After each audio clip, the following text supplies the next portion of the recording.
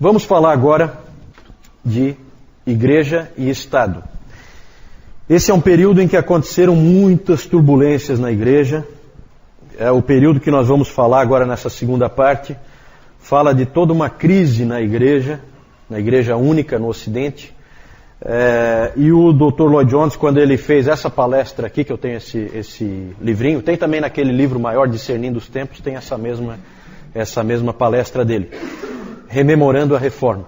E aqui ele fala que os nossos dias são dias extremamente parecidos com os dias que antecederam a Reforma. Então prestem atenção nisso, né? Elementos dessa época, em termos de crise na Igreja, crise doutrinária, aumento de ritualismo, todo esse tipo de coisa está voltando para a Igreja, crise moral, inclusive, dentro da Igreja, crentes fracos, tudo isso aí são características que antecederam aquele período da Reforma e que nós vamos estar tratando aqui. Então prestem atenção com isso em mente, naquilo que a gente vai estudar daqui para frente. Vamos falar de Igreja e Estado. Igreja e Estado foi um problema sério nesse período, porque a grande questão aí era a questão da autoridade. Quem é que tem autoridade? Essa questão importunou toda a Idade Média. Porque havia basicamente duas visões. Uma visão que colocava Deus acima de tudo, depois o Papa, depois o Rei e depois o povo. Essa visão os papas gostavam bastante. A outra visão, e os reis nem um pouco, a outra visão era Deus em cima, depois o Rei, depois o Papa e depois o povo. O povo sempre está na pior, né? A única coisa que não muda é a posição de Deus, que por motivos óbvios, e a posição do povo, que é sempre lá embaixo, na pior condição possível, né? Tanto faz se é o Papa ou se é o Rei que estão em cima do povo, o povo está sempre mal. Essa posição segunda, os papas abominavam e os reis gostavam bastante. Então essa questão da autoridade sempre permeou a Idade Média e gerou uma série de crises que nós vamos começar a tratar agora.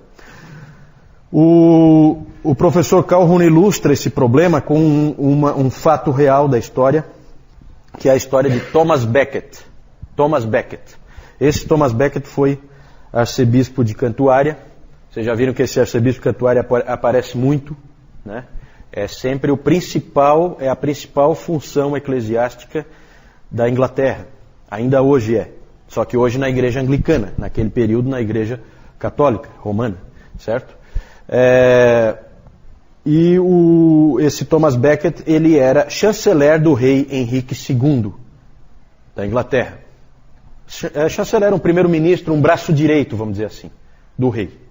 Muito amigo do rei, o Thomas Becket, tanto que o rei colocou ele nessa posição. Ele era então o chanceler. Ele ficou durante 8 anos exercendo essa função, muito competente, o Thomas Becket. E ele eu sempre coloco as datas, ali eu não coloquei, né? O Thomas Becket nasceu em 1120 e morreu em 1170. O Henrique II tinha então o Thomas Becket como seu braço direito, só que havia uma outra função mais importante do que essa, lá na Inglaterra, mais importante do que a de braço direito do rei, que era a de arcebispo da Cantuária. E esse cargo ficou vago. E aí os reis sempre procuravam colocar nesses cargos, mesmo que sejam cargos da igreja, eles procuravam colocar gente deles, que é o problema da investidura leiga, que sempre incomodava os papas. Só que os reis, eles faziam questão, eles achavam que se era para eles terem domínio sobre o povo, eles precisavam controlar essas funções, de bispos e arcebispos especialmente. E aí a ideia do Henrique II foi colocar o Thomas Becket, tirar ele de braço direito ali, e colocar ele como arcebispo de Cantuária. Só que ele não era nem ordenado, ele não era nem um padre. Então, rapidamente, se providenciou ali, de alguma maneira, que ele fosse ordenado e se colocou o Thomas Becket nessa posição. E o rei Henrique II ficou bastante feliz com isso, porque tinha um homem da sua confiança ali. O problema é que Thomas Becket mudou. Parece que quando ele foi investido daquele cargo, dentro da igreja, ele entendeu que aquilo era uma responsabilidade dele, importante. Ele era um homem de assumir realmente as responsabilidades. E aí ele, então, parou de fazer o jogo do rei e chegou ao ponto de ir para Roma, entregar o cargo para recebê-lo de volta do Papa.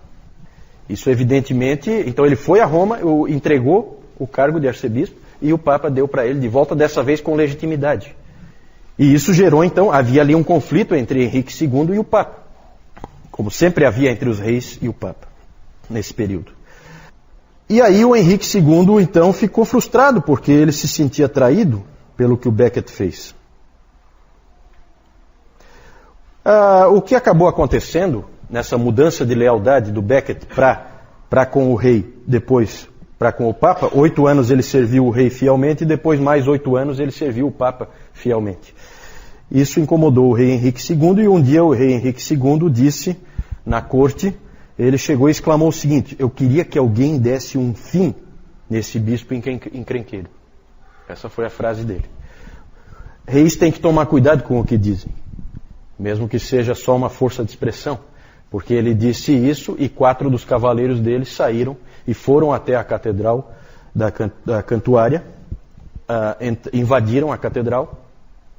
Tem uma história bonita em cima disso aí, né, que primeiro queriam esconder o Thomas Becket, porque ele foi avisado que vinham matar ele e tal, e aí ele então corajosamente disse que ninguém pode fechar as portas da igreja do Senhor, então ele mandou abrir. Então tem toda uma história bonita aí de coragem, de honra, né? E os 4 cavaleiros então do rei Henrique II entraram e invadiram a catedral e o mataram lá dentro da catedral, né? Tem até uma peça famosa na literatura inglesa que é Morte na Catedral, que conta essa história do Thomas Becket. Isso então em 1170 foi quando ele foi morto ali, aos 50 anos. O rei Henrique II passou dias de tristeza e arrependimento pela morte do Thomas Becket. Ninguém sabe até hoje se esse arrependimento foi genuíno ou foi fingido. Só que aí, nessa situação toda, a gente vê a luta entre igreja e Estado. Porque em 3 anos o Thomas Becket foi, primeiro, exaltado pelo Papa como um verdadeiro herói do cristianismo, e em 3 anos ele foi canonizado, um recorde. Certo? Por quê? Faz parte do jogo, né? Jogar o povo contra o rei. O rei que é meu inimigo, eu o Papa, o rei é meu inimigo, eu jogo o povo contra o rei. Né? E o rei tenta jogar o povo contra o Papa. Então é sempre esse problema assim, isso aí é o que a gente sempre vê acontecendo. Nesse caso aí havia o problema da investidura leiga, e também os reis gostavam muito, é um outro aspecto, os reis gostavam muito de colocar alguém deles controlando a igreja, por causa da taxação do clero, cobrar impostos do clero. O Papa sempre trabalha para que o clero jamais seja taxado, as coisas da igreja não podem pagar impostos, só que os reis querem cobrar impostos. Então tem esse jogo, se eu ponho um homem meu, eu forço para que, se eu, o Papa, ponho um homem meu, eu forço para que não haja cobrança de impostos. Se eu, rei, ponho um homem meu, eu garanto que a igreja vai pagar impostos, a igreja é rica. Então é sempre interessante, quando o rei precisa de dinheiro, cobrar impostos do clero. Esse também sempre foi um problema. Por que o Henrique tinha que demonstrar tristeza e arrependimento? Nós não sabemos se foi genuíno ou não. Ele tinha sido amigo, grande amigo do Thomas Becket. Então não sabemos, pode até ter sido genuíno. Mas ele corria o risco de ser excomungado pelo Papa. Certo? E aí ele e a família real ficariam privados de todos os meios da salvação que vocês vão ler aí no sistema sacramental. O sistema sacramental é a garantia de que a igreja dá de que você vai ser salvo. Quem te salva, na verdade, é a igreja. Se a igreja trancar a porta para ti, você não tem como ser salvo. Então a excomunhão era terrível, era um castigo terrível. E um pior ainda, que a igreja tinha, a arma mais poderosa da igreja, chamava-se interdito. O interdito. O interdito era terrível. O Papa, ou um bispo, podia interditar toda uma região. Declarar que a igreja daquela região não administraria nenhum sacramento, enquanto aquela região estivesse sob o interdito. E às vezes era um país, porque o Papa podia fazer isso em países inteiros, em reinos inteiros. E o bispo podia fazer em regiões, certo? E isso era terrível, porque se nessa situação do Thomas Becket que nós vimos, se o Papa lança um interdito contra a Inglaterra, o povo da Inglaterra inteira se rebela contra o rei. Essa é uma arma poderosíssima. Por quê? Porque ninguém mais é salvo, gente. Vai todo mundo para o inferno por causa da atitude do rei. Não existe mais o sistema sacramental, as igrejas estão fechadas. Não há mais batismo, não há mais comunhão, os casamentos não existem. Tudo fica suspenso. Né? Não existe a extrema-unção. Então a pessoa está morrendo, não vai ter o sacramento ali. Então o risco que ela corre é enorme. O povo fica furioso e acaba se revoltando contra o rei. Então, com isso, os papas conseguiam produzir rebeliões onde eles queriam. E isso fazia com que eles tivessem poder nas mãos. Certo? O uso do interdito era comum na Idade Média. E aconteciam algumas coisas que eram absurdas. Como uma vez, por exemplo, em que um bispo de uma determinada região interditou toda uma região porque as pessoas que moravam ali se recusaram a garantir a exclusividade do fornecimento de cerveja na região para um mosteiro que ficava ali. O mosteiro queria ser o único fornecedor de cerveja daquela região. E o povo queria abrir cervejarias concorrentes e tal, coisa desse tipo. E aí o bispo, então, lançou um interdito em cima daquelas pessoas para forçar elas a aceitarem a exclusividade de produção da cerveja daquele mosteiro. Certo? É mais ou menos estilo Ambev, né? Não sei se era o caso. É uma Ambev primitiva. Então, coisas absurdas, sabe? Se usava para essas barbaridades assim, que não tem sentido nenhum, né? Mas era o tipo da coisa que funcionava. Funcionava. Se você crê que a salvação vem por meio dos sacramentos, e os sacramentos são cortados, então a salvação é cortada. Vamos falar de uma outra luta, alguns anos depois. Esse é um episódio interessante da história da igreja. E essa ruína da igreja organizada, nós temos que agradecer a Deus por tudo que aconteceu aí. Porque isso abre as portas para a reforma. Né? Porque as pessoas percebem que a igreja é uma piada. Né? Isso faz com que as pessoas comecem a aceitar a possibilidade de que essa igreja esteja totalmente errada. Certo?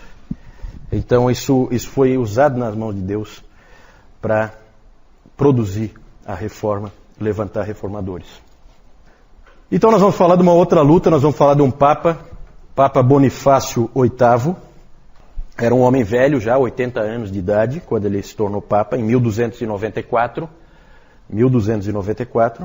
Alguém disse que esse Papa Bonifácio VIII, apareceu como uma raposa, viveu como um rei e morreu como um cão.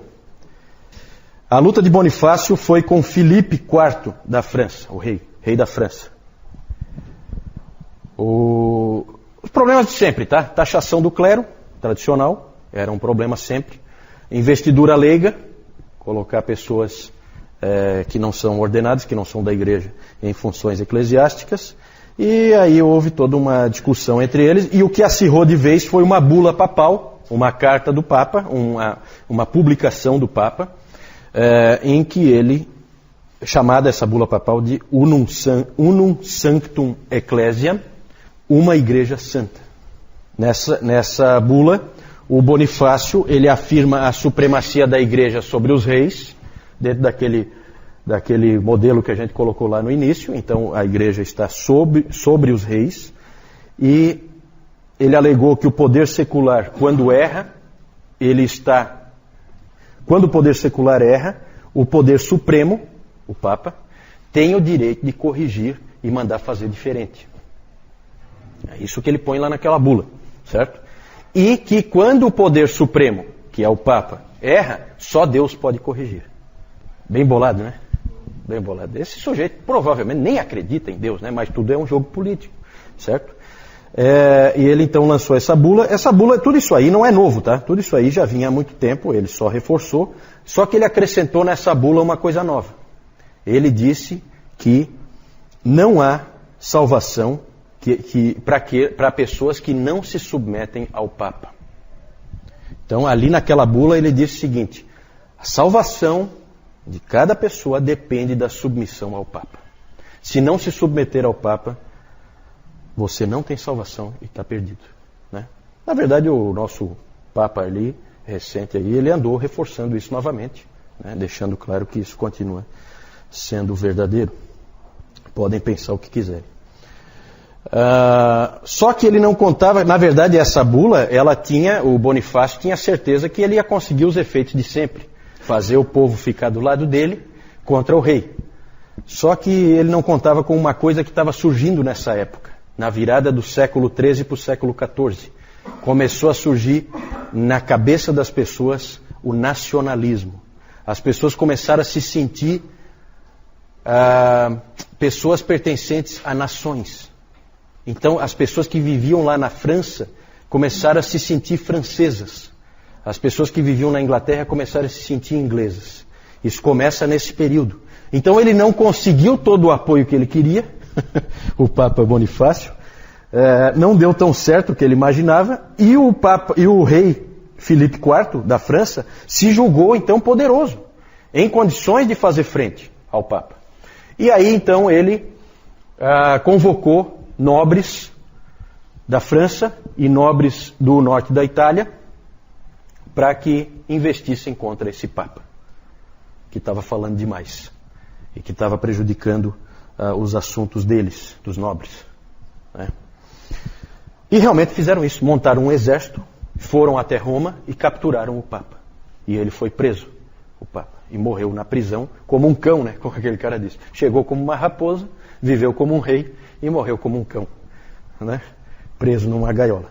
O que aconteceu depois disso é o que é conhecido na história de cativeiro babilônico da igreja. Porque agora o papado estava nas mãos do rei da França. O rei da França tinha o controle da igreja, certo?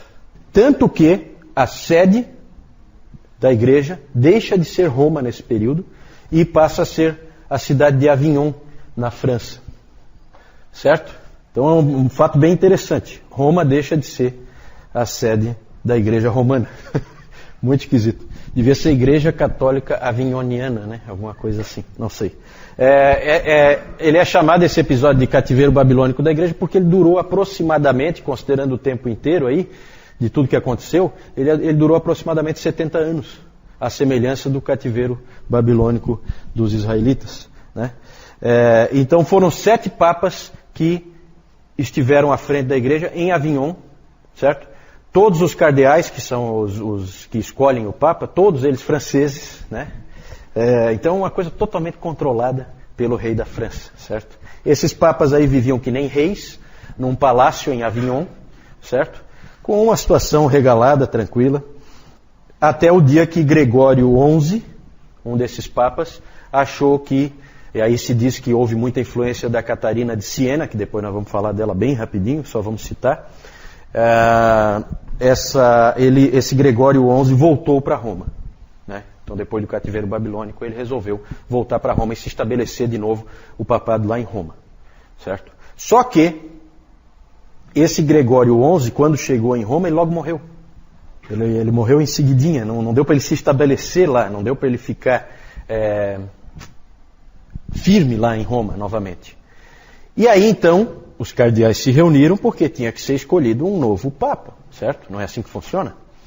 Os cardeais se reuniram em Roma e houve um conclave lá dos cardeais bastante conturbado, porque houve lá uma turba lá em Roma que invadiu várias vezes o local, certo? Colocando pressão em cima dos cardeais para que eles elegessem um papa italiano, né? Depois de um reinado francês aí por um bom tempo, que fosse de novo escolhido um italiano. E na pressão eles acabaram de fato escolhendo um italiano, certo? Os cardeais.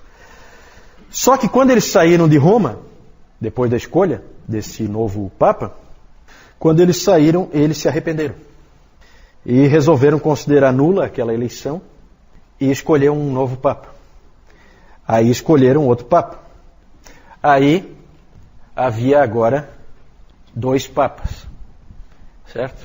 A existência de 2 papas é um problema seríssimo para a igreja nesse período. É conhecido esse momento como o grande cisma do Ocidente, certo? Houve o grande cisma da igreja, Vocês lembram, 1054, separação entre Igreja Ortodoxa Oriental e Igreja Católica Romana, certo? E agora há o grande cisma do Ocidente. É a Igreja só do Ocidente se dividindo, ficando com 2 cabeças. Era assim que se via, certo? Isso gera um problema terrível, por quê? Porque os 2 papas é assim, um excomunga o outro, imediatamente. Isso é de cara. Um excomunga o outro, certo? Portanto, todos os que tiverem sob aquele papa excomungado, todos os sacramentos não têm validade alguma. Então, você escolher com que papa você fica é uma decisão difícil, certo? E essa era uma decisão que os reis tinham que tomar. É claro que o rei da França logo optou pelo papa francês, lógico, né? A Inglaterra, o que a França fizer, a Inglaterra faz o contrário. Então, a Inglaterra logo apoiou o papa italiano, romano. E a Escócia também. O que a Inglaterra fizer, ela faz ao contrário e sempre com a França, porque a Escócia sempre andou lado a lado com a França. A Escócia também logo apoiou o Papa francês. E o imperador ficou meio em cima do muro, meio na dúvida. Imperador, quando eu digo, pensem em Alemanha, tá? Porque o imperador que eu estou falando é o Santo Império Romano. O Santo Império Romano não é nem santo, nem império, nem romano. Né? Lembram disso? Né? O Carlos Magno foi o primeiro e tal. É um império germânico, certo? Não é exatamente a Alemanha, mas pega toda a Alemanha e partes ali da França, partes da Itália, né? Para a gente ter se localizar do ponto de vista geográfico. Passa a ter 2 papas, tem essa questão de como é que nós fazemos agora, quem é o papa verdadeiro, nós não sabemos, o que fazer. Uma das ideias que se achou foi, vamos convocar um concílio para resolver esse problema. Inclusive se chegou à ideia de repente, não, vamos eliminar a figura do Papa e vamos começar a governar a Igreja através de um concílio que se reúna regularmente e tome as decisões da Igreja. Tomar as decisões não mais uma pessoa, mas um colegiado, né? Essa foi uma ideia que surgiu. Essa ideia foi levada à frente e foi convocado um concílio na cidade de Pisa, na Itália, lá onde tem a torre, né? Torre de Pisa, e esse concílio acabou elegendo, então, um outro papa, certo? Um terceiro papa. O problema é que os outros 2 papas, que deviam renunciar, ignoraram o concílio, não deram bola para ele, e nenhum deles renunciou. Então agora se tem 3 papas. Então a situação não é das melhores, né?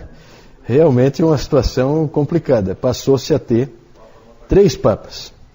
Alexandre V, o Papa de Pisa, ele logo morreu e aí assumiu um sujeito que tinha sido um pirata mesmo, que assumiu o nome de João 23, certo? Aí algum de vocês pensa, não, mas João 23, conheço, foi um papa agora há pouco tempo, né?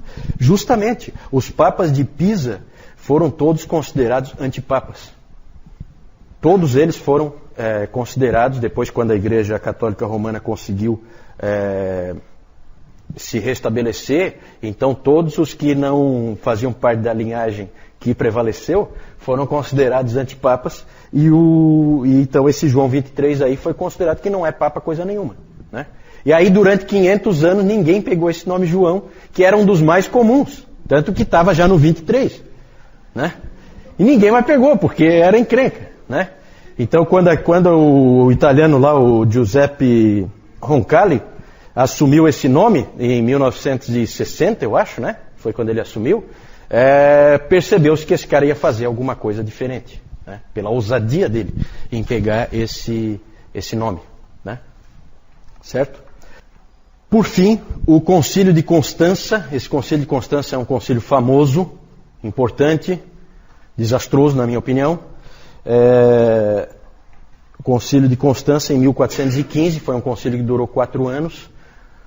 Ele acabou organizando as coisas, o conciliarismo triunfou, passaria então a haver o governo da Igreja por um concílio, certo? Por incrível que pareça, a Igreja Católica Romana não foi sempre governada por papas, né? É claro que eles vão fingir que foram sempre e vão jurar de pé junto que foram, mas é mentira.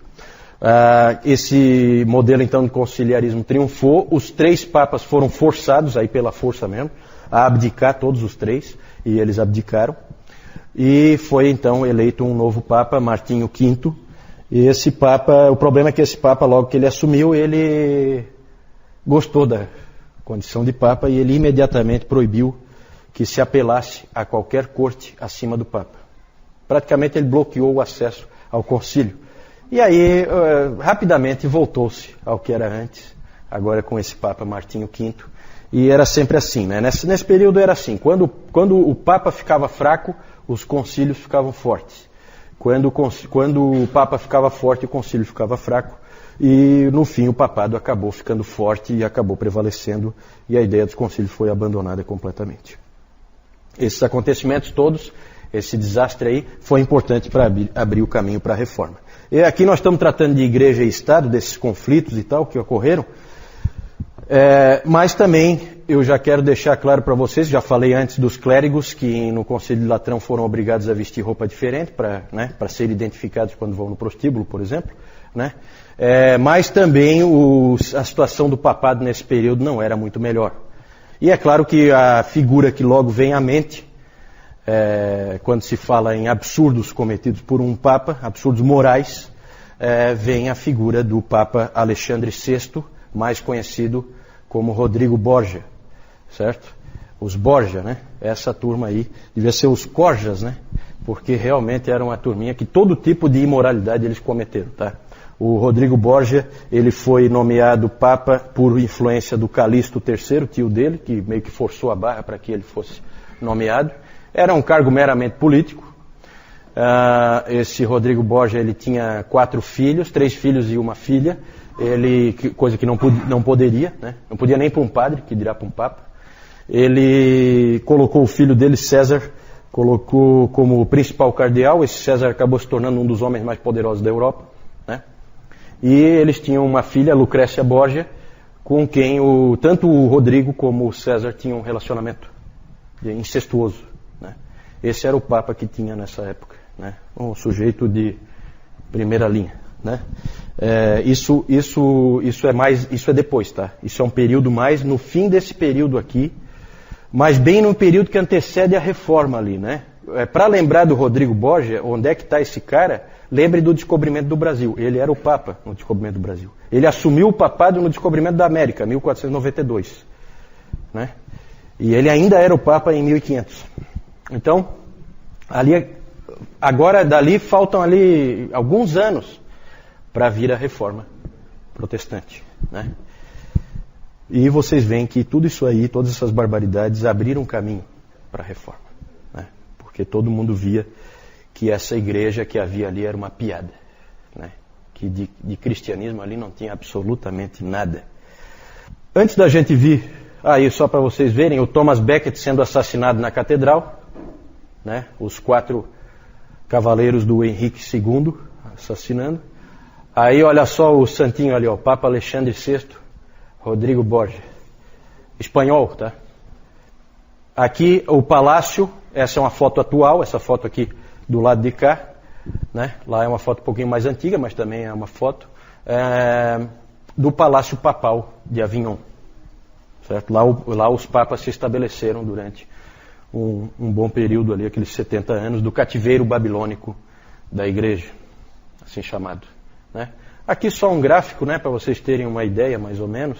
Em 1378 aqui, então, você tem ali a morte do Gregório XI. Lembra que ele foi para Roma e já morreu? E aí então escolheram Urbano VI. Mas aí se arrependeram. Não, Urbano VI não. Não vale. Vamos eleger outro. Aí elegeram o Clemente VII, que é Papa de Avignon. Certo? Então 2 papas. Tá? Aí aqui continua Bonifácio IX, Benedito XIII, dos papas de Avignon. E aqui, então, o concílio de Pisa escolhe o Alexandre V esperando que os outros 2 abdiquem. Nem o Benedito XIII de Avignon abdicou, nem o Gregório XII de Roma abdicou. Então ficamos com 3 papas, certo? Aí os 3 foram forçados a abdicar, aqui o João XXIII, Gregório XII e Benedito XIII, e aí o Martinho V assumiu. Todos esses caras aqui não valem para a Igreja Católica Romana hoje. Esses de Avignon aqui, e nem esses aqui. Os outros de Avion, esses valem, do cativeiro babilônico. Né? Mas esses aqui que tinha junto, aí só vale essa linha aqui. Ó. Os outros não valem. Certo? Só para vocês se situarem aí. É o grande cisma do Ocidente.